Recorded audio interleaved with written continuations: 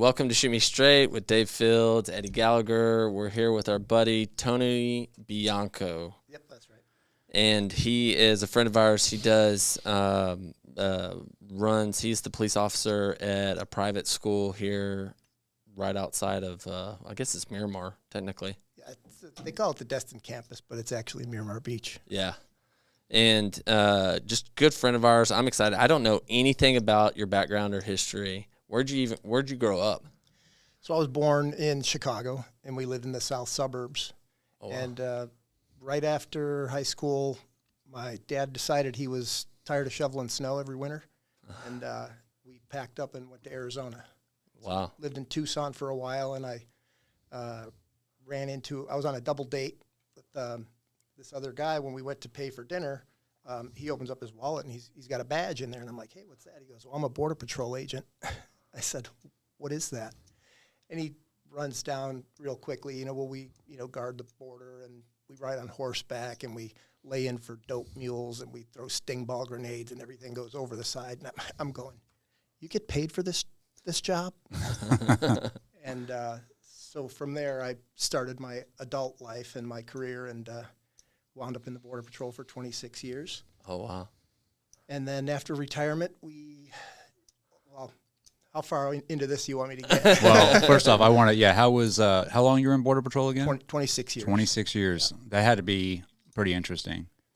It had times. Yeah. Where did you work the border at? So I was in a lot of places, I think, that you were. I started off in Imperial Beach, San Diego sector. Oh, yeah, old IB. And did quite a bit of time there. And, I was always wanting to get back to Tucson, which is where my family was. But I really loved San Diego. And then I met my wife there, and we ended up moving to back to Tucson after that. And I was there back at Tucson less than a year, and they pulled me up to Washington, D.C., and then a couple of years later I had a station of my own up on the northern border in Vermont, of all places. Never thought I would be there. Is there a lot of illegals coming through there? So they're going in the other direction.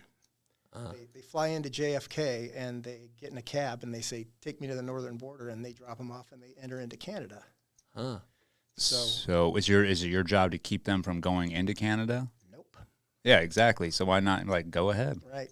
But I did encounter a lot of people from countries other than Mexico. Just places that I didn't even realize was the name of a country. They obviously change names from time to time, but just a lot of exotic visitors. Yeah. Wow. Exotic as in, is there any, did you ever catch any, ISIS or, people from Iraq, Afghanistan? We're really not catching them unless they're entering the U.S. Yeah. I was talking more down in the San Diego border. That was not going on at my time down there. Yeah, I started off in the 1990. All right. So was it more cartel? It was close. Yeah, it was mostly illegal entries. Yeah. And then there was a lot of weed coming up through there, and a lot of it went through the ports of entry. They bring it up in trucks. A lot more profitable than having it come on backpacks of people's backs, rather. Oh. But, so... So we had a good relationship when I was stationed there with the Border Patrol. You guys put on tracking courses for us. We'd go out there and track people coming across and everything. And you guys, Butterfield State Park. Yeah. Which was really cool. It was definitely got a lot out of that class.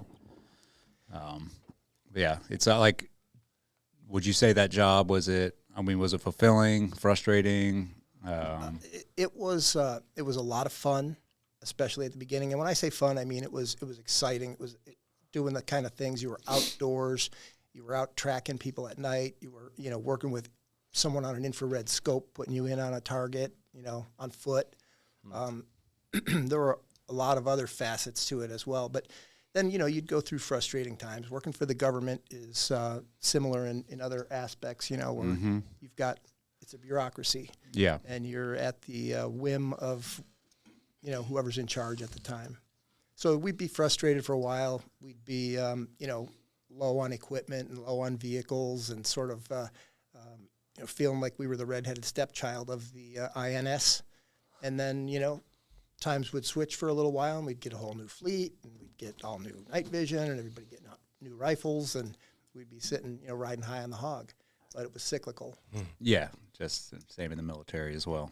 Did you guys ever deal with any cartel or anything like that?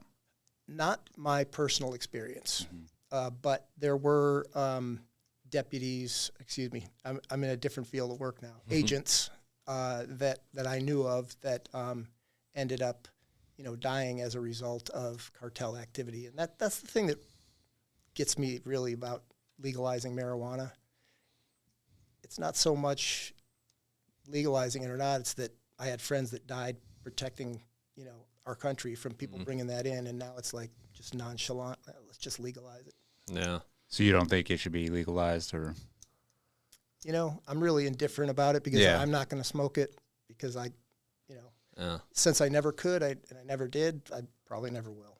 Yeah. Even if they legalize it, I'm fine with beer. It's just the fact that your friends died over protecting it. Right. Yeah. And it just makes it seem like, I mean, Never mind, we changed our mind. Yeah, it's like, it's not really that important. Yeah. Just because someone lost their life over it. Yeah, I think, that's the government in general, right?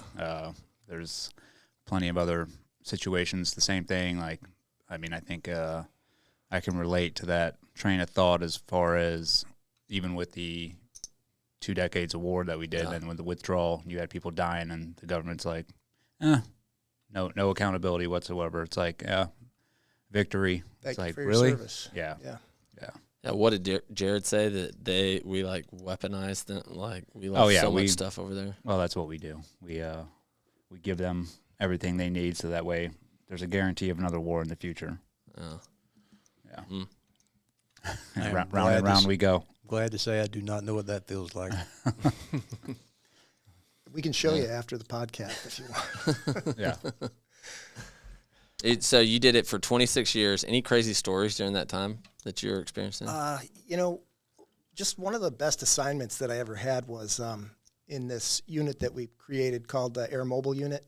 That was in San Diego.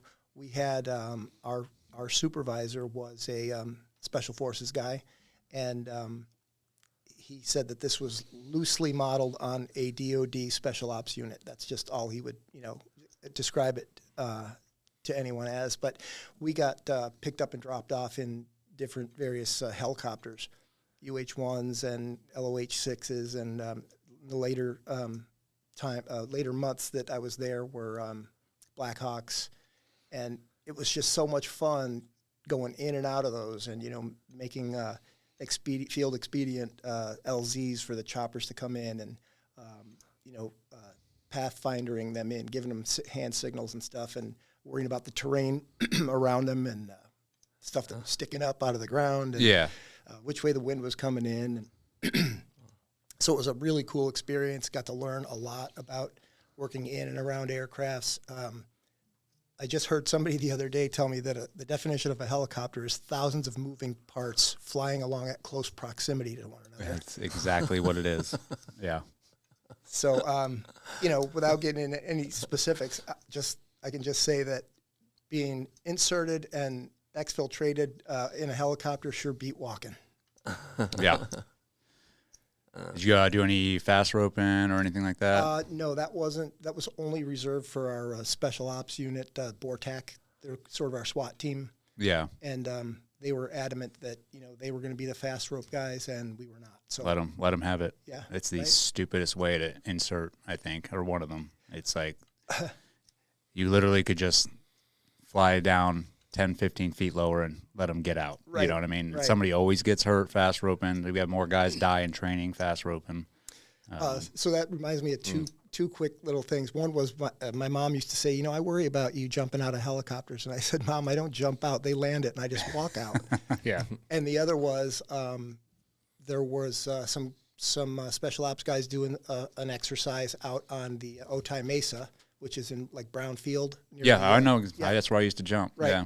So one night I had just gotten out of EMT school, and a guy came down hard and broke his femur, and I was the first one on scene. And I got to apply the hair traction splint. And if you know what that is, it's when you break your femur, all these muscles, want to go like this, okay? And those bone fragments are sharp, and so they're jamming into the muscles. And so despite, in addition to your broken leg, now you've got all this tissue damage, and so it's a lot of pain. So when you apply it, you stick this like thing that looks like a crutch up into their crotch, move their junk out of the way, and then you bring it down to their ankle and put a strap around it, and the directions actually say pull tension until patient feels relief. And you will actually hear the person go, ah, when you get to the right click, click, click, click, click, click, and it's pulling those bones apart. So I applied that to a guy, and was that a SEAL? I think he was Army. Okay. But, I didn't ask. All right. Yeah, just the only reason I ask is that Brownfield is pretty much our LZ that we would jump into all the time. Right. And he could have been. Yeah. But, it was dark, and there was another guy with him, and he goes, "Oh, you feel better, man?" And he goes, "Yeah, I feel fucking great." So he had a good sense of humor through the whole thing. And it probably was a SEAL. LZ landing zone? Landing zone, right. Yeah. Got it. So we'd go out there and up on the mountains and find little flat spots for the helicopters to land, and we'd clear out the high brush, anything that was loose that could get sucked up or knocked around, and we would put up a windsock. Yep. It was a piece of crime scene tape on one of those like yucca plants, the century plants. Am I close enough to the microphone for that? Yeah. And then we would put rocks, and we'd make a north-seeking arrow and point it in that direction. And I don't know if the pilots ever looked at that, but it was kind of rewarding to do it. Yeah, another indicator for the pilot, Right. just in case, yeah.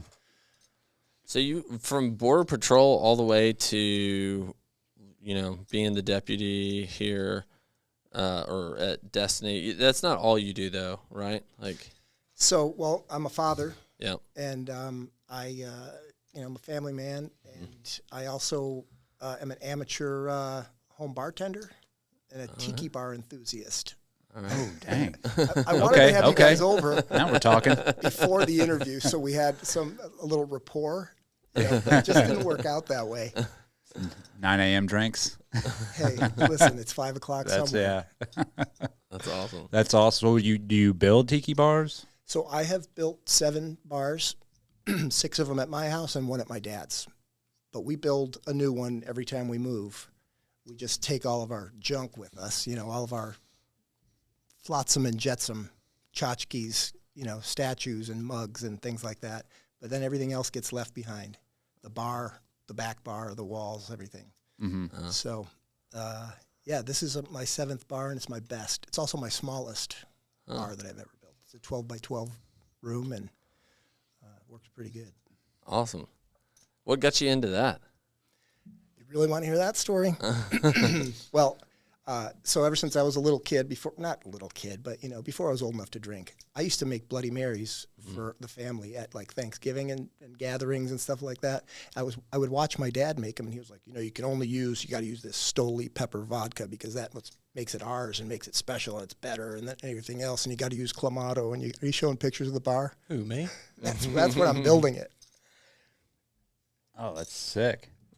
So I got good at Awesome. it, and I knew that I had to follow this recipe, but I had to memorize it. I had to measure everything because it had to be the same every time, and it had to be consistent. And everybody loved it.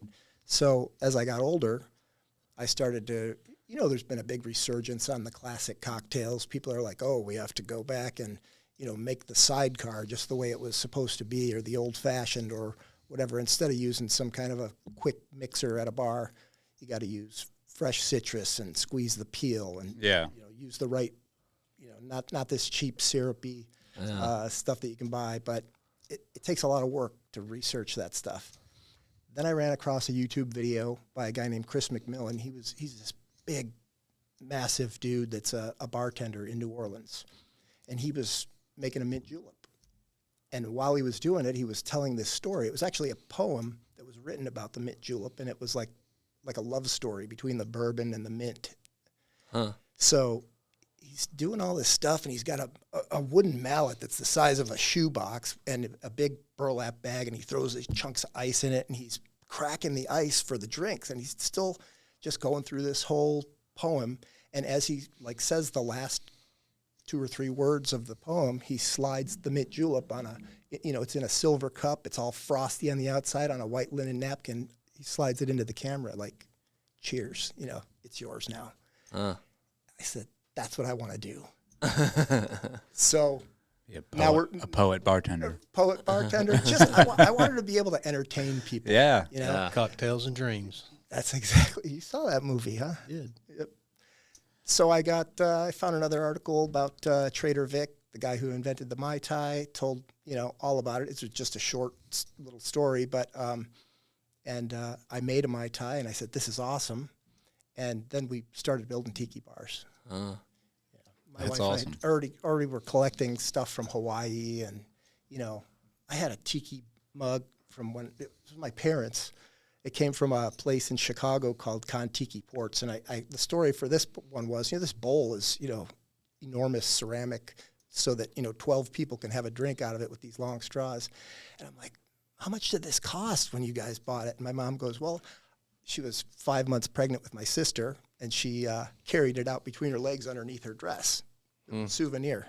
I still have it. I have The that. That's five-finger my discount. prize piece. Yeah. Anyway, that's how I got into tiki bars. Wow. Oh, that's really cool. Yeah, I feel like because my grandparents, they lived in Jersey, but they had a bar in their basement, and it was like a straight old style pub. Right. They have them there, and that's where we played as kids growing up. Like played bartender and act like you're making drinks, and then though even the way my grandparents made drinks, like it was so much thought put into it, and they could make the most extravagant drinks, and I can't even, you don't see that stuff now, Right. at all, now it's just like, vodka soda, whatever. So yeah, I think that's really cool, bringing that back. Well, you guys are more than welcome to come by anytime. My rule is if the torch is burning out in front, we're in the bar. So Beer come on lamp's in. lit. Yeah. There you go. That's awesome. So from there, when you after 26 years at Border Patrol and living in Arizona, what brought you over here to Florida? So I retired in Vermont. Well, I lived in New York, actually. We were right across the lake from my station, Lake Champlain.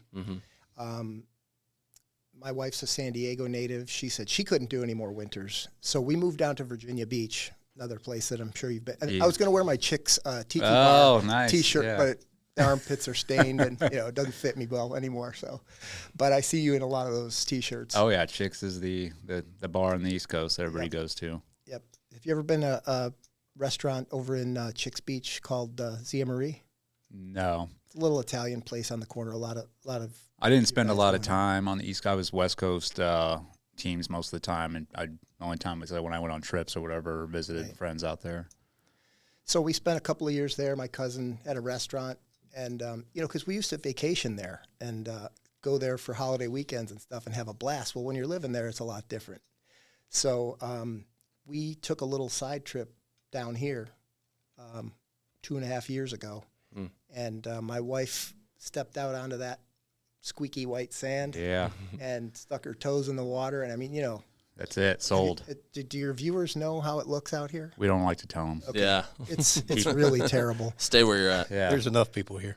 If you love My the wife's 38, keep sending them to Destin. Yeah. So obviously she's a glutton for punishment because she's married to me, and she decided that this was where we were going to come. And, I made all the decisions of where we were going to live previously. So she made this one, and no regrets. That's awesome. I feel like that's like a common thread with people that move here. I mean, ours is pretty similar. How we moved here. It's like just by happenstance. And I came down here for a training trip, and then saw this place. I spent about 2 weeks here, and I was like, dude, what is this? Because I'd never been in this area, and it looked like the Bahamas. Yeah. Yeah, went home, told the wife, and we came back here and visited, and that was it. Now we're here. Yeah. And no regrets at Yeah. all. Right. Yeah, y'all moved in 4.5 years ago? Yeah, I think Almost so. 5. I think going on 5. Yeah. Yeah. Wow. So we get here, right? And the first thing, as we're coming down 331, we're passing, the sheriff's office and the jail and the prison and then a substation. And I'm telling her as we're driving, because I read signs to everyone in the car. Shoot me straight. Yeah, Dad, we can see it. But she said, why don't you just pop in and say hi? And so I did. I was in shorts. I was unshaven. And walked in and talked to 2 lieutenants at the South Substation and introduced myself. And they were like, yeah, come on over. We'll let you do whatever you want, work whatever hours you want. And, of course, that was a bunch of bullshit. Yeah. But, no, as I like to say, they talked me into a full-time job. So here I am. And then I got the opportunity to become a school resource officer, something that I never even considered. In fact, I had a cousin who was a school resource officer, and we used to kind of say he wasn't a real cop. That's terrible now when I look back at it. Yeah. I'm sure, because that's what I was thinking. Like, as if you're, a law enforcement or, that would be one of the last gigs that you would volunteer for is like, oh, let me go sit at a school for all day long. But at the same token, I'm like, that is almost the most important job. Yeah. Because you're protecting our most valuable assets, and that's our children, Exactly. right? Yeah. And you can ask Dave. I don't sit around. Yeah. Oh, I've heard. Yeah, You don't. I've heard. So Jim says that you were one of the only people that you sit there and practice drawing off a bike. Like, no, I don't do that. not at school. We would never do that. The school was I closed. think Your weapon was about it. unloaded. I think about it. I go over these scenarios in my head, like, how would I do that if I was, but that's really part of our job. And I've had other deputies tell me, hey, you're wasting your talents over there. And I said, I don't got 300 parents that would beg to differ with you on that. Says you, So, but it is the most rewarding thing I've ever done in my career. Was that opportunity given to you right off the bat, or did you? No, I was on patrol. Okay. Working midnights, which is exactly where I wanted to be, right? Yeah, but no. No, and I mean, that wasn't the reason why I decided to do it, but it just came to me as an opportunity, and I said, well, I'll give it a shot. And it immediately, the first thing I could think of was, so they had me hopping from school to school. I was like a floater, and which is cool because I got to learn a little something about every school. I got to see them all. I got to learn the administration and all that stuff. But I really wanted to have my own school. That's where you get to know everybody, where you build relationships and you sort of have skin in the game, right? And the deputy that was at that school had an injury and had to have surgery and was out for a lot longer than was expected. And I ended up there. Was that that deputy? He was like the big dude. Nope, it was a woman. Yeah. Okay. Yeah. So, love her to death. Great person. Mm-hmm. They all loved her at the school. In fact, when I got there, they were always asking me where. They just call me deputy, and that's what they called her too. Yeah. Deputy. Where is deputy? Yeah. Well, I'm a deputy now. Yeah. But now I run into kids. I got invited to a birthday party. From one of the kindergartners. That's so I went on awesome. Sunday. I was in my uniform. It was like Darth Vader showed up at his, a Star Wars birthday party. They were all like, "Oh, look who's here!" I mean, that's fulfilling. That's awesome, And I saw teachers there. I saw parents there that I knew, other kids from the school, and I was on my way to another job and stopped off, and I miss everybody over the summer. Oh, I bet. It is cool, like, because, my son, he just graduated from ECMS, but even, dropping him off there, picking him up, he always, like, waves at the law enforcement dudes, the guys protecting the place. And Awesome.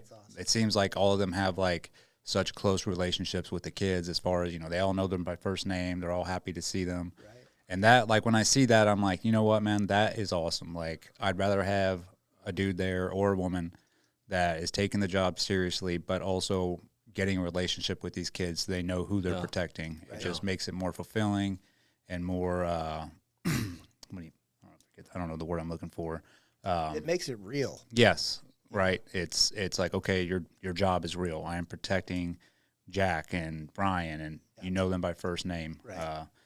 And also, I'd rather have a person there because, like you said, I'm sure it's like the last duty station a lot of people want, right? They're like, oh, now I got to go do this. I'm like, dude, I don't want that individual protecting my children. It's like, dude, if you're not into the job, then go seek employment elsewhere and then get somebody in here like yourself who takes the job seriously, who, has a relationship with the kids, who is adamant, 100% every day. That's who I want watching over my children. And that's who we've got there. I mean, the people don't get stuck in those jobs. They got to volunteer for them. So it's not like they're going to pigeonhole you, say, hey, this guy's no good in the field anymore. Let's put him at a school. It's completely the opposite of that. And there's a lot of training involved, and it's constant. It's not constant necessarily during the school year because we're there every day. And but our sergeants and our lieutenant and our captain that are over this unit have filled our summer with really good training. And you just got back from one. I just got back from an instructor training gig, and I'm going to start another one in a week, and then a week after that, I'm going to FLETC for an active shooter course. Nice. It's going to be awesome. It's going to be. I'm really excited about that. Have you had any experience like with not an actual active shooter? I mean, if you have, definitely let tell the story. But just in training alone, done a lot of active shooter training. Most of the training, it's hard to do an active shooter course because, you want to do it in an environment, and I can see where this is going, but you want to be inside of an environment like that's similar to your school, indoors, right? Because when you hear a gunshot go off inside of a building, it's a lot different than hearing it outdoors.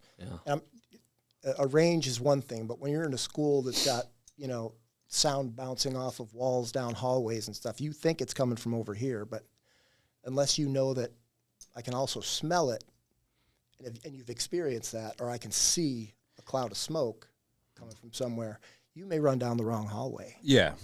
So we have done some of that stuff in the schools in the summertime, but we have to fire blanks outside because, you set off the smoke alarm inside the building. But, we do a lot of training that's geared towards that, but I think this is going to be the one that's very specific. Good. We're going into classrooms. I definitely think there needs to be more active shooter drills done. I went to one in Tallahassee.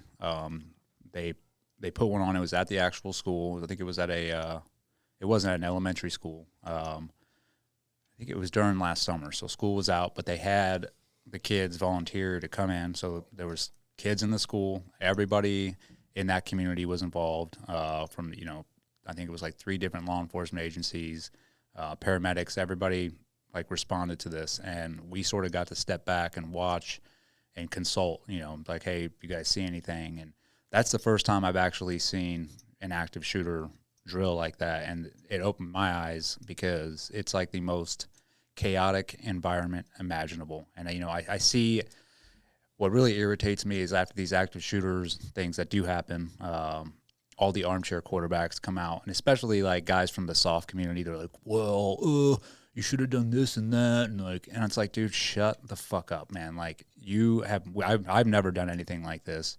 And to watch it go down and the amount of chaos that is involved, because what people don't understand is if there's an active shooter during school hours, that's a lot of kids. And everybody's running for their life, right?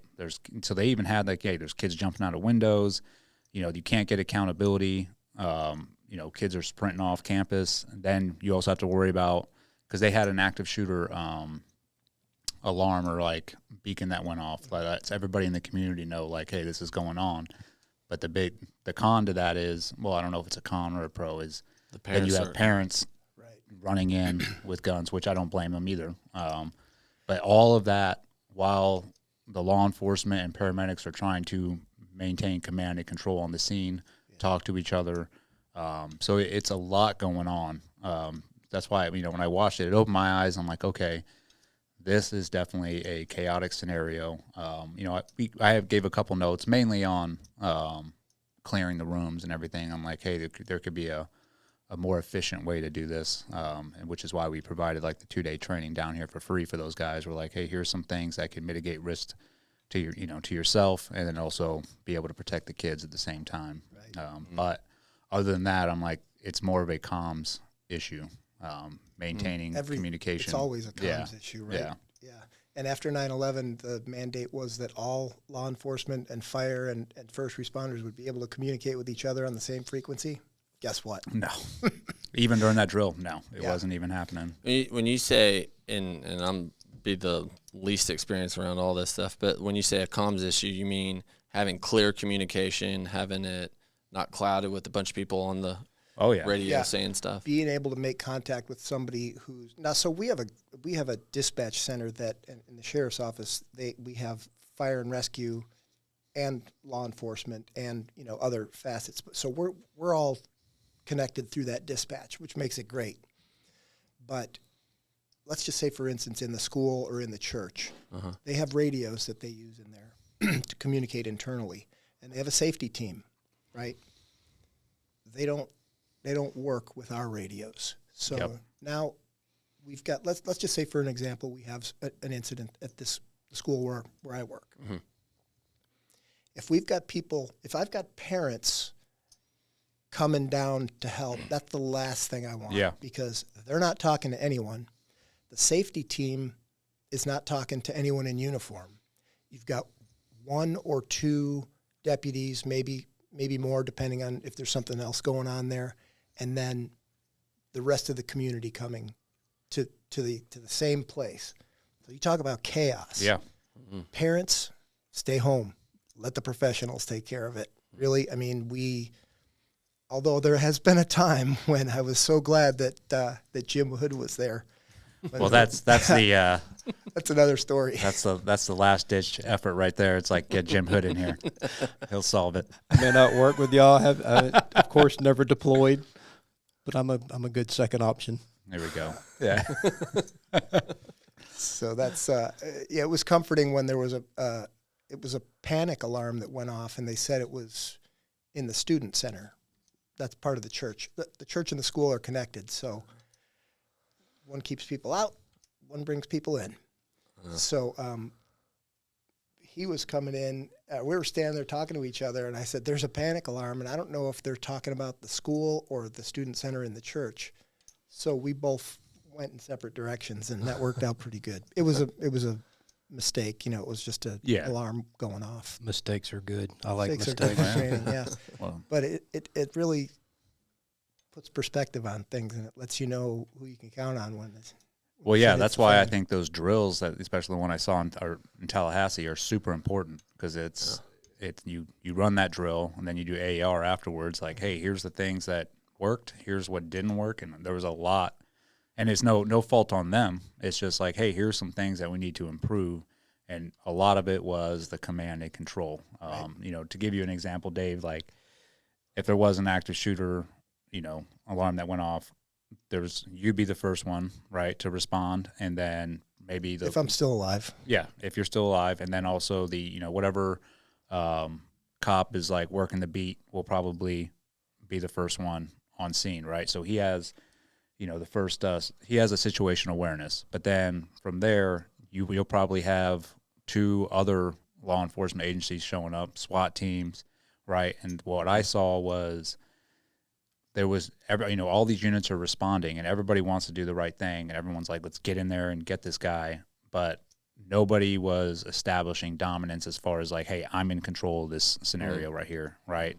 And that's what you need, is someone to sort of pull back and be like, all right, I'm going to go ahead and control this scenario. And other units have to relinquish control. You know what I mean? And that's where I think some of the stuff goes wrong is.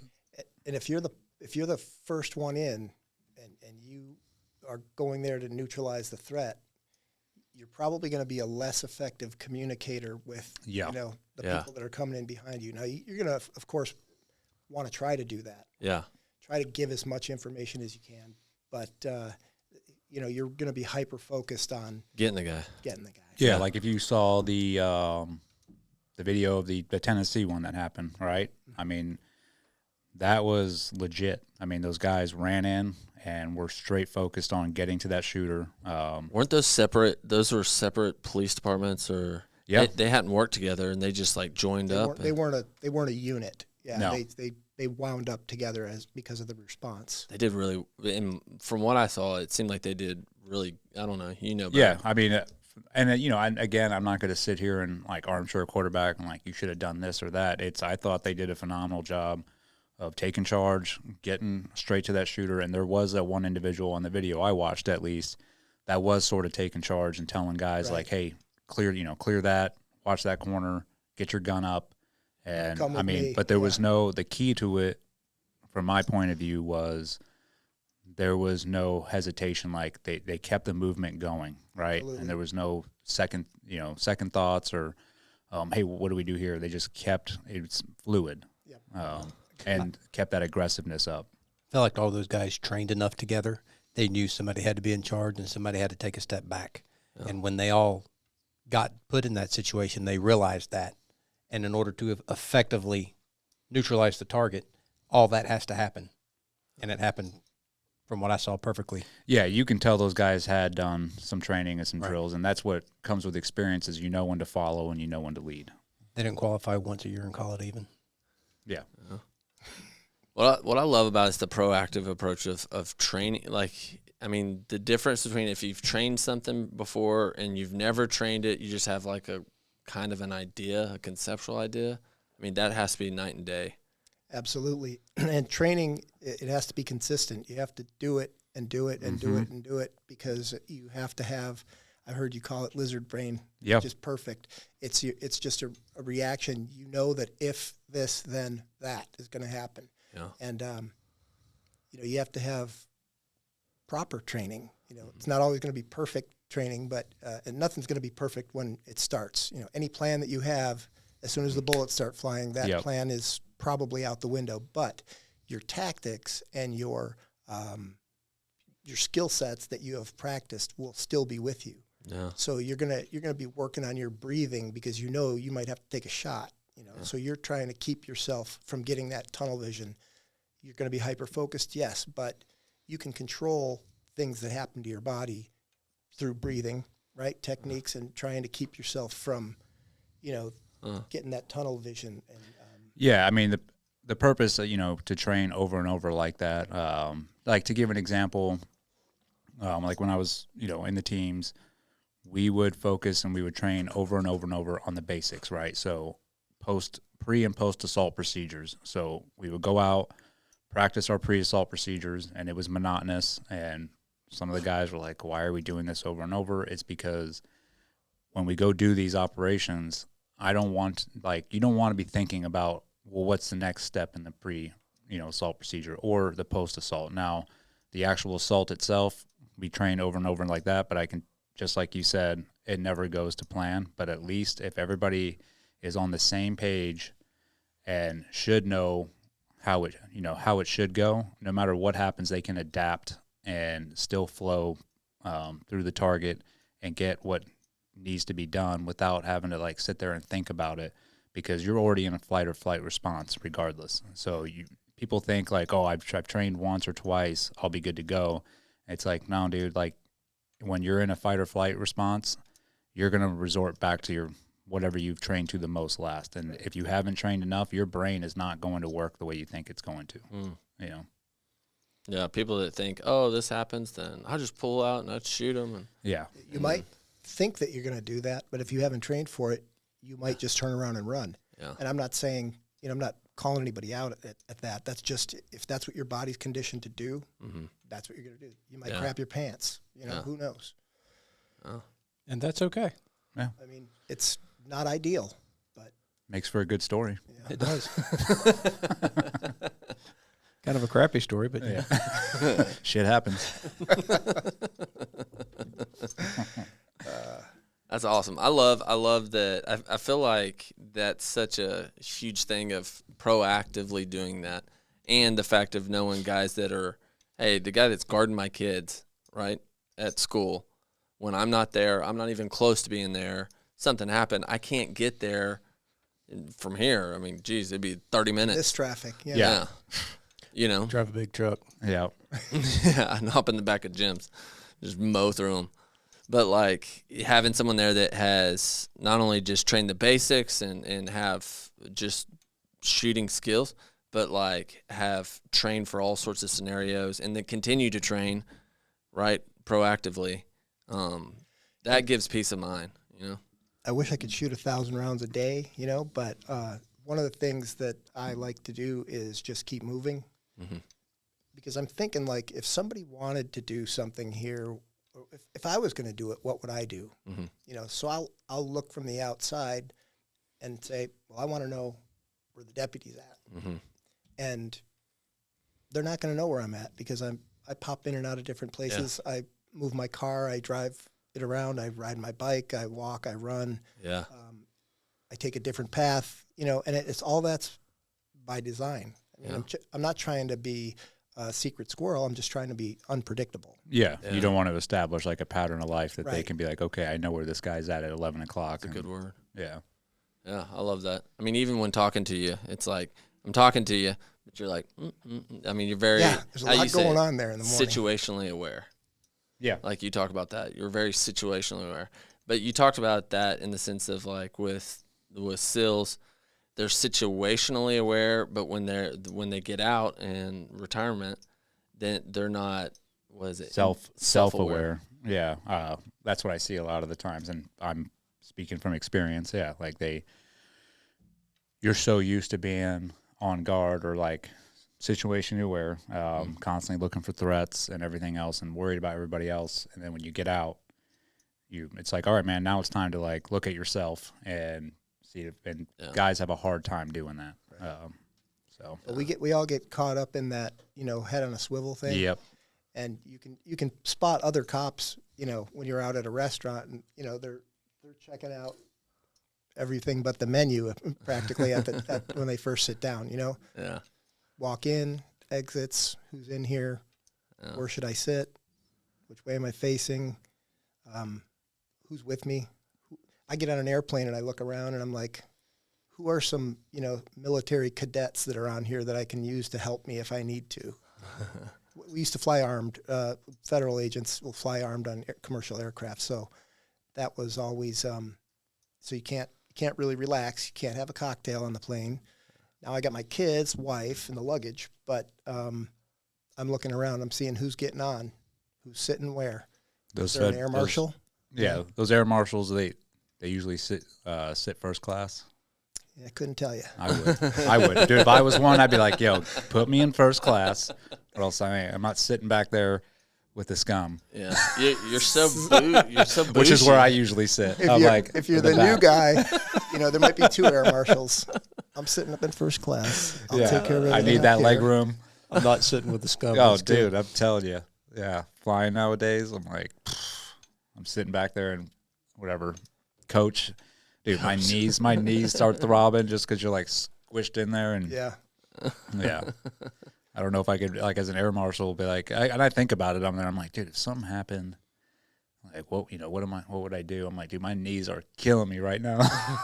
So first, you're going to have to move Peg that pulls in about 350. Oh, yeah, that's the other thing. Yeah, the epidemic of here's big an boned example people. of a just going through a scenario like that. We get in an airplane.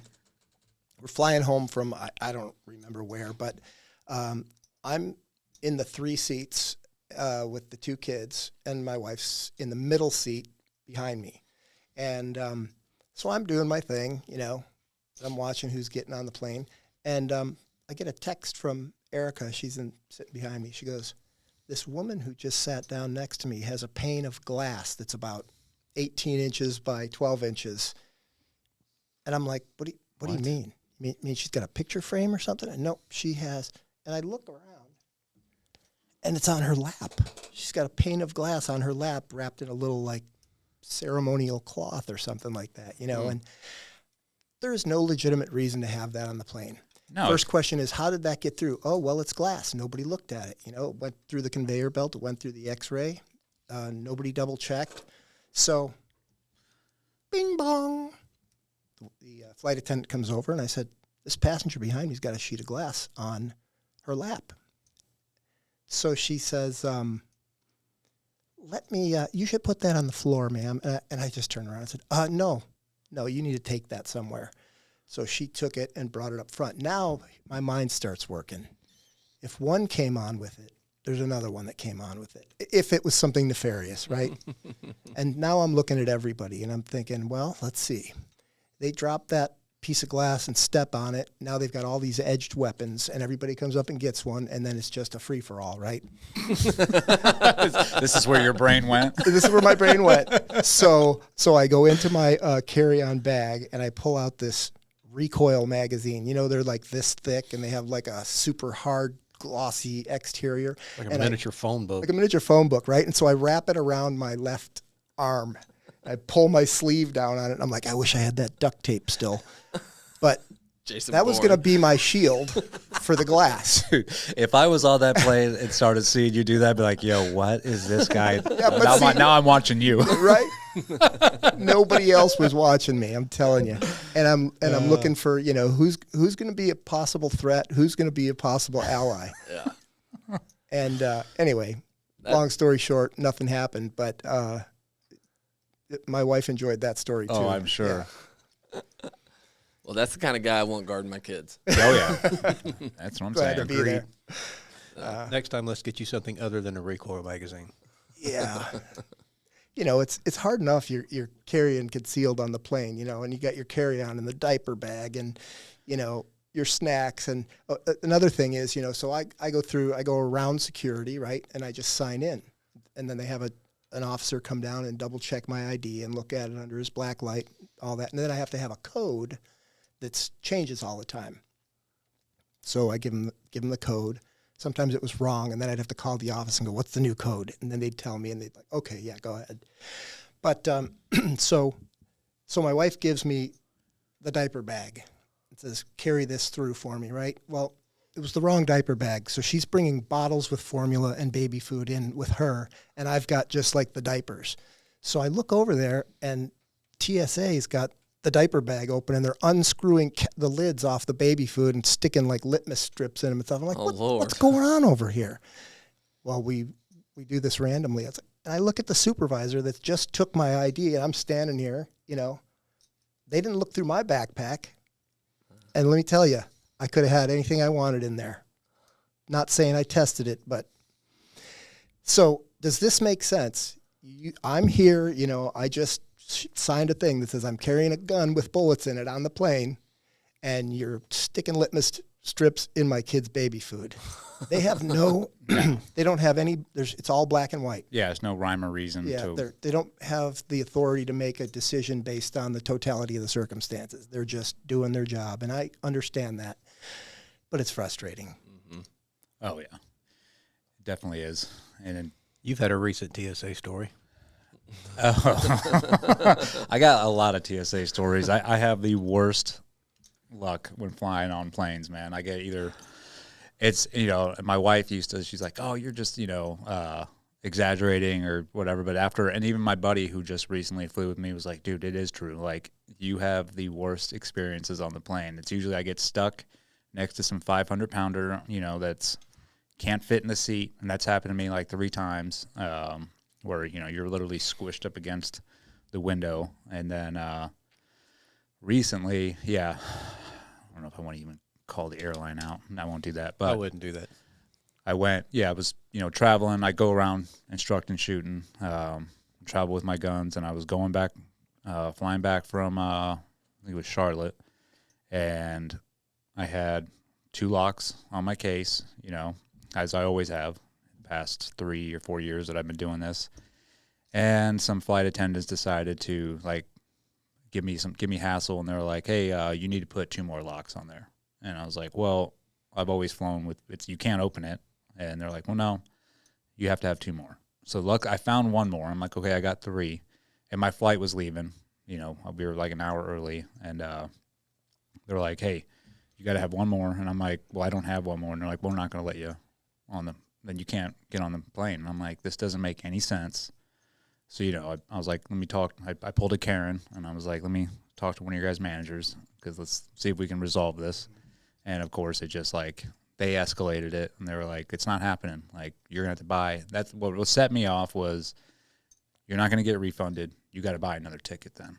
And that's when I was like, okay, some words were exchanged. I won't say what. And then, I got kicked off the flight. With Andrea. With Andrea. Don't forget that important piece. She That poor woman, she had to go with me. She tried to get on after I got booted, and they were like, heck no. The sad thing about it is if you'd have gone into the gift shop and bought one of those 29 Well, cent locks that's what they had cost me. $17. They told me to, like, go get one from the gift shop. And so I went and got, but it wouldn't fit. And even then, I'm like, dude, this one I can rip this off with my bare hand. Yeah. Like, this is not protecting anything. They're going to pick any lock you put on there anyway to look at it. Yeah, and that's the other thing. Every time. Yeah. It was more of a personality conflict, and So that was I your won't check get baggage? into that. Check That was baggage? yeah. Oh. Mm-hmm. Yeah, that was. But whatever, you know. Then you had the one that was coming up to you while you're in line. Oh, That was a bad another one. Yeah, that was Just heckling. That was the same trip, wasn't it? Or was it no, different? that was earlier this year. That was actually here in Panama City.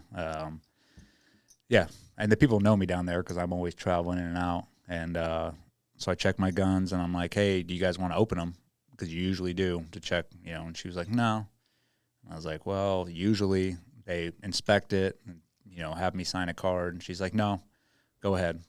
I was like, okay. So then the line to go through security was like a mile long and moving slow. So I was in line almost up to the front.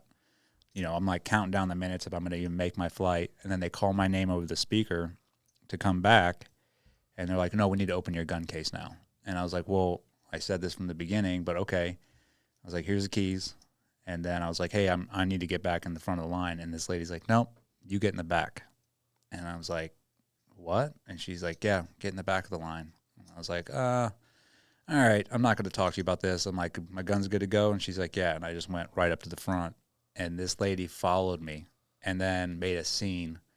She was like, does everybody here, she asked everybody in line if they were okay with me cutting. And, of course, everybody in line was like, yeah, he was here waiting with us the whole time. Yeah. But she was, like, adamant that I get to the back, and I would have missed my flight again. Yeah. I don't know what it is, man. It's his face. It's like, it's either you're good to go or else we're going to give you a hard time. And generally, it's the latter. Yeah. It's a good exercise of patience, believe me. Ask everyone in the line, are y'all okay with this guy cutting? I mean, yeah. Come on. It was nuts. Was she a flight attendant or an employee? Or yeah, or she just was a an Karen? employee of the whatever the airline she was. Actually, it was American Airlines. I'll call that one out. Suck. But yeah, I don't know. You can let go now. You've purged it. At the time, I was like, dude, yeah. It's like I said, it's a good exercise in patience. The Lord has always tested me. Deep breath. That's right. I made it on the flight. That's all that mattered. Yeah. Yeah. I don't even travel by air anymore. It's like, no, if we can't drive there. That's what I'm saying. I've told my wife, I'm like, if it's an 8-hour trip, I'm driving it. But anything longer than that, yeah, I'll fly.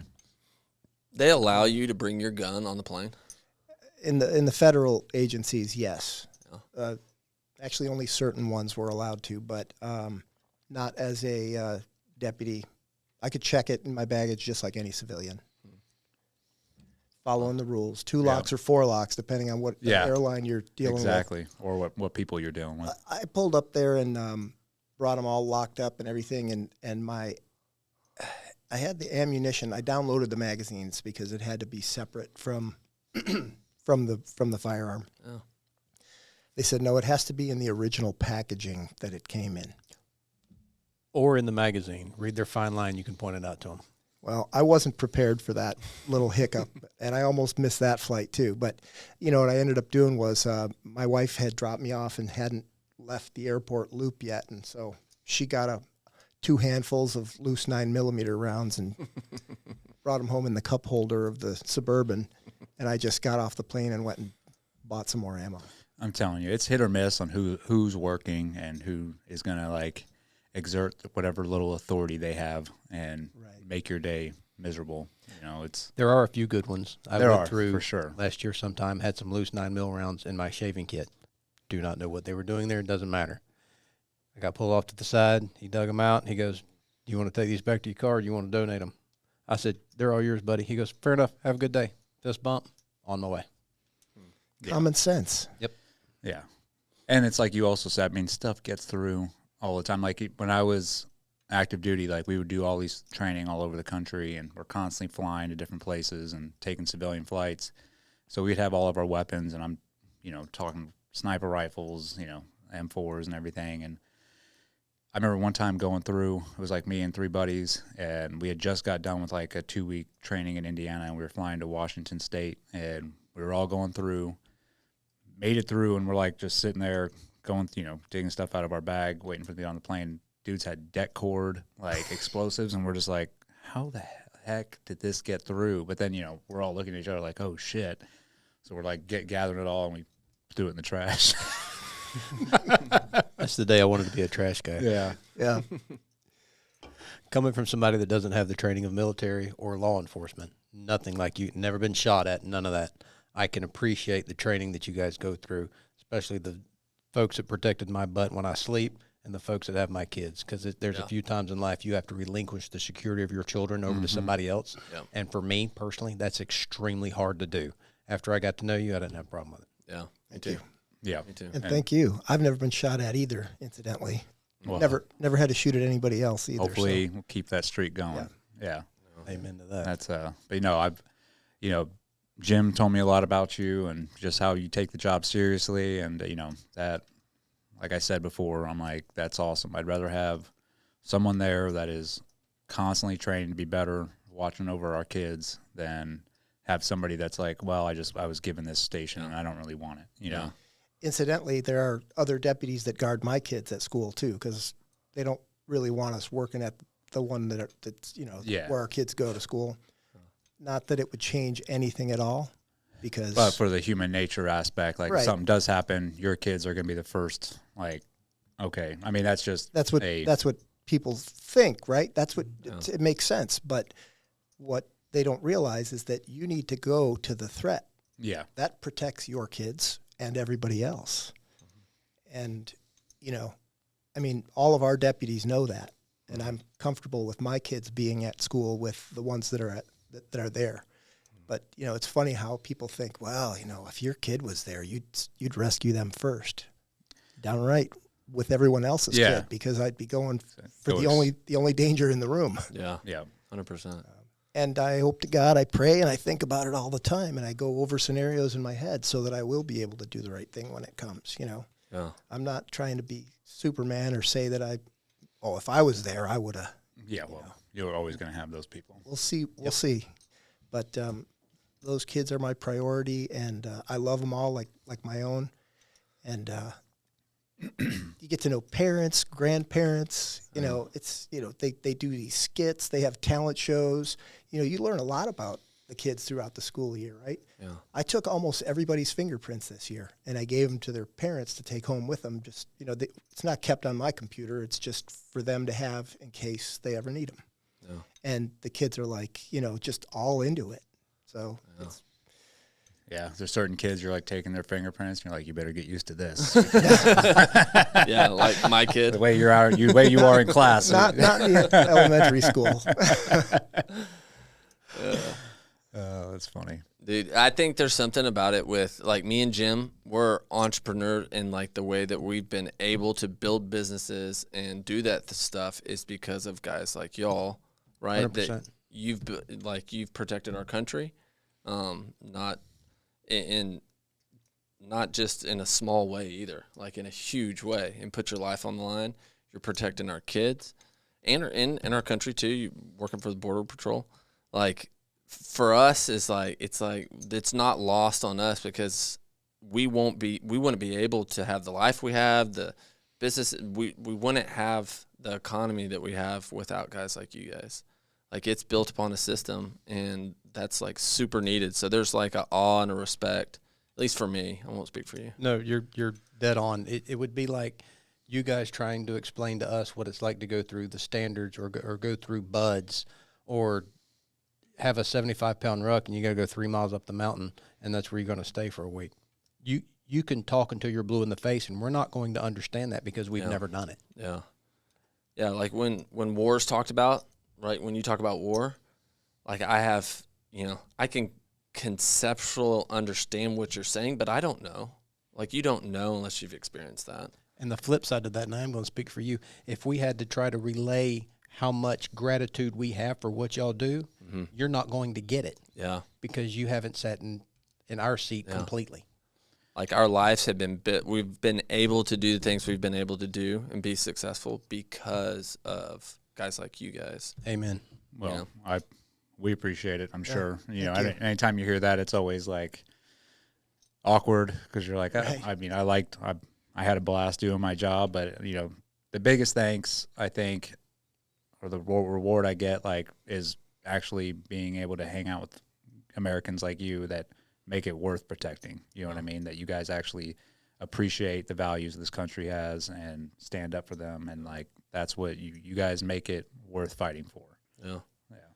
I think there's a lot of us out there that would help or do something, or if they knew or had a way or show appreciation. Absolutely. But it's like drowned it out by a lot of BS, woke, Squeaky wheel gets the grease. stuff. It's unfortunate. Well, I can say that thank God we live in Walton County because Yes. they love us here and we love them, Yeah. Yeah. We need to keep it that way. right? Oh. That's the key. Awesome. Well, thank you so much, Tony, for welcome. coming on. I appreciate you having me on. We talked about this at the beginning of the school year, you know, and first I said, oh, gee, I don't know. I don't know if I want to do that. I don't want to speak for any sheriff's department. I can't do that, you know, and he said, it's not about that. It's about, you know, just talking about stuff. Yeah. And it's been great. Yeah. Appreciate No, it. it's been an honor to have you on, and I'll go ahead and repeat those sentiments that Jim and Dave did. I appreciate everything that you do, and I appreciate that you take the job seriously. And it's good to know that we got people like you protecting our kids, which I truly believe is our most valuable commodity. So, Amen. My honor to do it. We Awesome. appreciate it. All right. awesome, You guys are brother. invited to the tiki-bar. Oh yeah. Yeah. Not today. Beer lamps That's lit. a wrap. Awesome. All right. All right. Out. Out.